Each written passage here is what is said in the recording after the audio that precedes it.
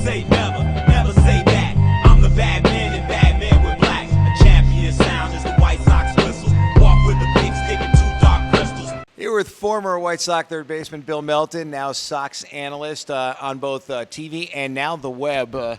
As we get ready for spring training, first of all, for you, this is breaking your routine of sitting around the house, playing a little golf. Now you got to get back to work. I guess they call me the webcaster now, right? Live is for a webcaster. This doesn't really break up a routine because my routine is out zero in the wintertime because, we spend a lot of time during the summer almost every day. Baseball's almost every day, off days. I do a lot of stuff for the White Sox, make appearances. So it's pretty much 6 months of almost every day. I don't want people feeling sorry for me because it's a great job and I make a good earning. But, you come out here in the wintertime. I started in January with a fantasy camp. You came to that. It was down in Tucson, Arizona. This is my first opportunity up here in Glendale. It'd be nice if I could get into the ballpark, but it's rough getting in there. So I've been here for about 5 months and haven't been able to see it yet. So I'm kind of anxious to see that and kind of anxious to get some games going to spring training. Let's start with the position that's you're passionate about, third base. Joe Creedy gone now. Josh Fields, everyone assumes, is the man. He's been training all season in Florida to get ready for this. And then they draft this 19-year-old kid. We'll talk about him in a second. But for Fields, for you, what does he have to do to really make this his position?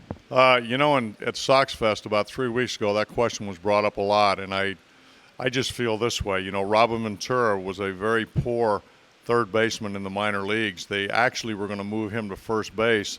And they went, whoops, we got a guy by the name of Frank Thomas there.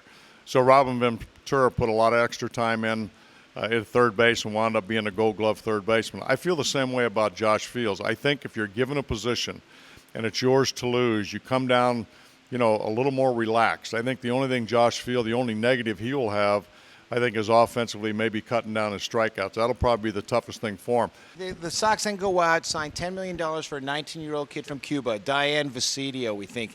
I'm not even sure of the pronunciation yet. No one's really seen him play. He took the field and after had his own press conference. Ozzie Guillen even commented, says, we don't even know where he's going to play. Seriously, a 19-year-old kid, obviously they come in tougher from Cuba, but can a kid like that make it right on a big league club? Well, first of all, I think I'm just anxious to see him only because of what I saw with Alexei Ramirez. We heard a lot about him, but until you see these guys play, you'd go, yeah, okay, he's just another Latin player, probably way ahead of a lot of our minor leaguers because they play a lot of baseball. Felt the same way about Dayan coming in, playing third base. I mean, from what I understand, this guy could be a corner outfielder, or he could be a third baseman, or he could wind up at first base. We don't know. But, apparently he's got a very strong arm. We'll get back to my scenario where I had a very strong arm. That's why they put me in right field. Then they figured out I didn't have much depth perception, so they whipped me back into the infield. So you really don't know. But I think the pluses I hear out of everybody is the way he swings the bat. And in the big leagues, if you can hit, they'll find a place for you to play. So I'm really anxious to see the power this guy has, not only to all fields, because apparently he can hit to all fields, but I think one of his pluses is he's able to handle the breaking ball. Does that mean he can handle the split finger or the changeup and stuff like that? We'll have to wait and see. But, Alexei Ramirez, quick learner, struggled for about 6 weeks, caught on fire, couldn't get him out. Sometimes he has a little bit of a long swing, strikes out at times. But look what kind of ball player we got out of that guy.